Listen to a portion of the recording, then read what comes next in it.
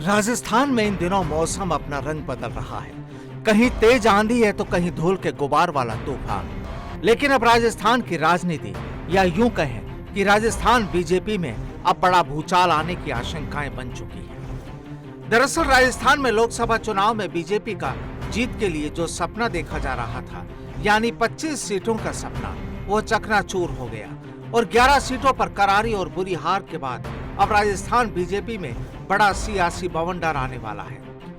दरअसल 11 सीट हारने के पीछे की वजह जानने की एक्सरसाइज पूरी हो गई है। किन किन वजहों से और किन किन नेता विधायकों के भीतरघात के कारण बीजेपी को 11 सीटों पर हार मिली, उसका विश्लेषण एक रिपोर्ट में तैयार कर दिल्ली आलाकमान के पास भेज दिया गया है। इस रिपोर्ट में चौंकाने वाले तथ्यों के साथ मोदी और शाह और नड्डा को रिपोर्ट सौंप दी गई है। भाजपा को 11 सीटें गंगानगर, चूरू, सीकर, बांसवाड़ा, झुंझुनू, नागौर, बाड़मेर, टोंक, सवाई माधोपुर, दौसा, भरतपुर, करौली और धौलपुर पर बुरी हार मिली। आपको बता दें कि भाजपा में इस हार के बाद समीक्षा बैठक ली गई। रिपोर्ट में खामियों के साथ बीजेपी जयचंद नेताओं का भी इस रिपोर्ट में नाम के साथ जिक्र किया गया है।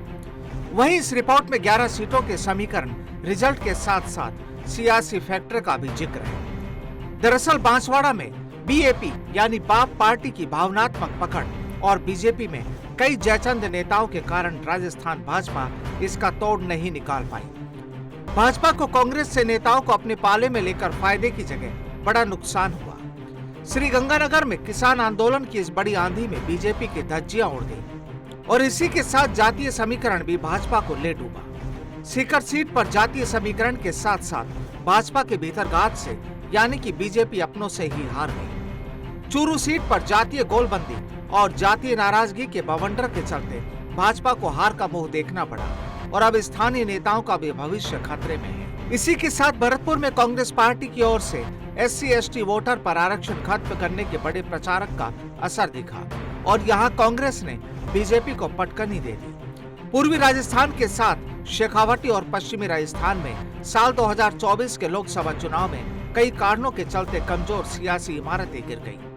वहीं प्रदेश के राजनीतिक पंडितों का मानना है कि जातीय नाराजगी, आरक्षण और भाजपा के जयचंद विधायक नेताओं के भीतरघात के चलते अब निष्क्रिय नेताओं को भाजपा बाहर का रास्ता दिखाएगी। दिल्ली हाईकमान ने जयचंद नेता विधायकों पर मंथन शुरू कर दिया है और अब इन नेताओं पर शनि का प्रकोप साफ दिखाई दे रहा है। वहीं अब नेताओं पर गाज गिरने का इशारा मिलते ही बड़ा भूचाल आएगा, यह भी तय माना जा रहा है। आइए अब जरा इन आंकड़ों पर नजर डालते हैं। 11 क्षेत्र के 88 विधानसभा इलाकों में से 49 विधानसभा सीटों पर बीजेपी को करारी हार मिली।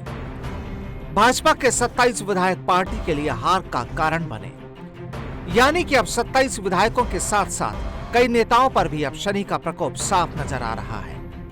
बहरहाल राजस्थान बीजेपी में इन दिनों सियासी तस्वीर ठीक ठाक नहीं है।